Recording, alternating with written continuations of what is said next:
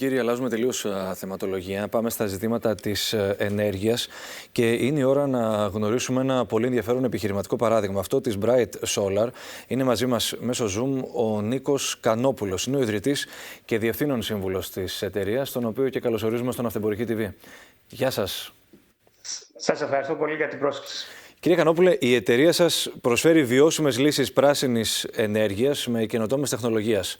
Αν θέλετε, πείτε μας περισσότερα. Ναι, η εταιρεία μας έχει αναπτύξει τεχνολογία και προϊόντα για αγροφωτοβολταϊκά πάνελ. Τι σημαίνει αυτό? Σημαίνει ημιδιάφανα φωτοβολταϊκά πάνελ, τα οποία μπορούν να τοποθετηθούν είτε σε οροφές θερμοκηπίων, είτε σε ανοιχτή καλλιέργεια πάνω από φυτά και έχουν διαπερατότητα η οποία δεν εμποδίζει αρνητικά την απόδοση της γεωργικής καλλιέργειας. Έτσι, τοποθετώντας αυτά τα πάνελ, προσφέρουμε πλήρη προστασία της φυτικής καλλιέργειας από τις καιρικές συνθήκες. Φυσικά στο θερμοκήπιο κάνουμε την οροφή του θερμοκηπίου φωτοβολταϊκό πάρκο. Αλλά στις ανοιχτές καλλιέργειες λειτουργούμε σαν προστατευτικό δίκτυ της καλλιέργειας, προστατεύοντας από παγετό, χαλάζι, καταρρακτώδη βροχή, χιόνια, αέρα κτλ. Παράγουμε καθαρή ενέργεια, χωρίς αρνητική επίπτωση στην απόδοση της καλλιέργειας και μαζεύουμε το βρόχινο νερό, το οποίο το δίνουμε στο γεωργό, ο οποίος μπορεί να το χρησιμοποιήσει όταν χρειάζεται και στην ποσότητα που χρειάζεται. Δηλαδή είναι ουσιαστικά τριπλή χρήση γης, τριπλή χρήση του ίδιου κομματιού γης. Αυτά που μας περιγράφετε, αυτές οι υπηρεσίες και οι λύσεις οι οποίες δίνει η Bright Solar, φαντάζουν ακόμα πιο επίκαιρες λόγω και της επέλασης της κλιματικής κρίσης που με όλους τους παράγοντες που ασχολούνται με την αγροτική παραγωγή εκφράζεται η ανησυχία ότι ήδη δίνει τα αποτελέσματά της και δυσκολεύει τους αγρότες στο έργο τους. Απόλυτα. Απόλυτα, και το μεγαλύτερο πρόβλημα εδώ, εκτός από την ενέργεια, το οποίο είναι πρόβλημα για την αγροτική παραγωγή, ιδίως για τη θερμοκηπιακή καλλιέργεια, όπου απαιτείται μεγάλη ποσότητα ηλεκτρισμού για την ψήξη του θερμοκηπίου κατά τη διάρκεια των θερινών μηνών, το μεγάλο πρόβλημα στη γεωργία είναι η κατανάλωση νερού. Αυτή τη στιγμή η γεωργία ξοδεύει το 70% του νερού παγκοσμίως και φυσικά επειδή απαιτείται αύξηση της γεωργικής παραγωγής μέχρι το 2050 σχεδόν 70 με 100%, για να τραφεί ο εκτιμόμενος πληθυσμός των 9,7 δισεκατομμυρίων που υπολογίζουν τα Ηνωμένα Έθνη ότι θα φτάσουμε, με αυτή την κατανάλωση νερού προφανώς δεν μπορεί να συνεχιστεί η συνηθισμένη γεωργική παραγωγή. Θα πρέπει να υπάρξει χρήση τεχνολογίας έτσι ώστε να εξοικονομηθεί νερό ή να παραχθεί περισσότερο τροφή με λιγότερο νερό. Οπότε καταλαβαίνω ότι υπάρχει εξοικονόμηση ενέργειας και εξοικονόμηση στην κατανάλωση του νερού. Απόλυτα, ναι. Είναι η επαναχρησιμοποίηση ή η σωστή χρησιμοποίηση του βρόχινου νερού. Είναι η ακριβής άρδευση.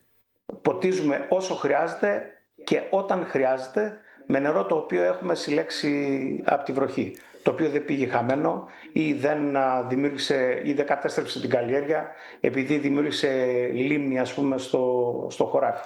Και φυσικά παράγουμε καθαρή ενέργεια ταυτόχρονα. Αυτό που κάνουμε εμείς δεν είναι υπηρεσία, είναι η ανάπτυξη τεχνολογίας των πάνελ και η βιομηχανική παραγωγή των πάνελ.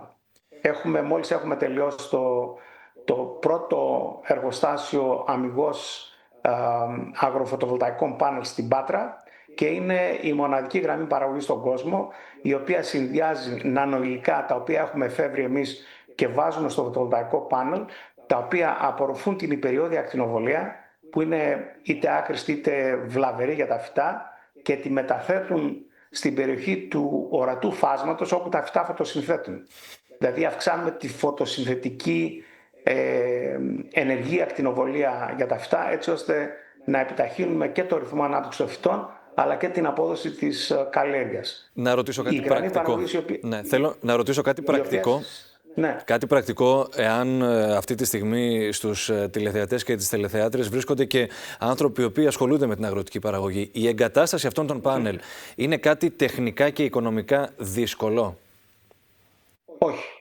Η εγκατάσταση είναι θα έλεγα πάρα πολύ κοντά στην εγκατάσταση των συμβατικών φωτοβολταϊκών πάνελ. Η μόνη διαφορά είναι το ύψος της εγκατάστασης. Γιατί επειδή εγκαθιστούμε πάνω από καλλιέργεια, εάν η καλλιέργεια είναι ψηλή, παραδείγματος χάρη δέντρα, τώρα κάνουμε μια εγκατάσταση για ροδάκινα στη Βέρεια. Λέω ένα παράδειγμα. Η εγκατάσταση είναι σε ύψος 5 μέτρων. Ενώ τα συμβατικά φωτοβολταϊκά πάνελ είναι μισό μέτρο από το έδαφος. Η μόνη διαφορά είναι εκεί. Η εγκατάσταση είναι σχετικά εύκολη. Τώρα, κύριε Γανόπουλε, οι Έλληνες αγρότες και επιχειρηματίες του κλάδου, που στο μεγαλύτερό τους μέρος είναι μικρομεσαίοι επιχειρηματίες, έχουν βίκο αότα στην εφαρμογή και την εγκατάσταση τέτοιων καινοτόμων λύσεων? Ναι, θα έλεγα ναι, ιδίως με το καινούργιο πρόγραμμα το οποίο ανακοίνωσε το Υπουργείο Γεωργίας για καινούργιες θερμοκηπιακές καλλιέργειες που επιδοτούνται minimum 50%, maximum 70% για νέους αγρότες, ναι. Το οποίο επίσης επιδοτεί και δικτυοκήπια ή σκεπαστές καλλιέργειες.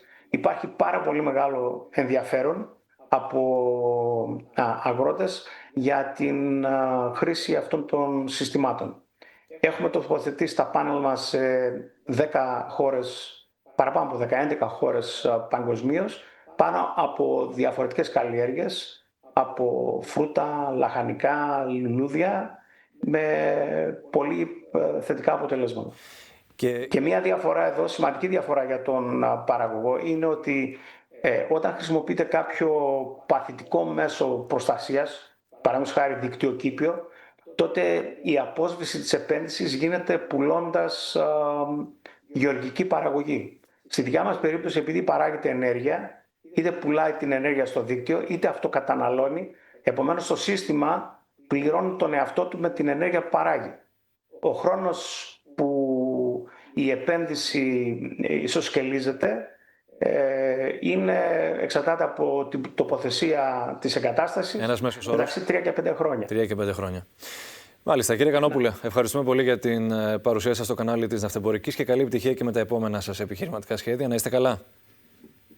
Και εγώ σας ευχαριστώ πολύ.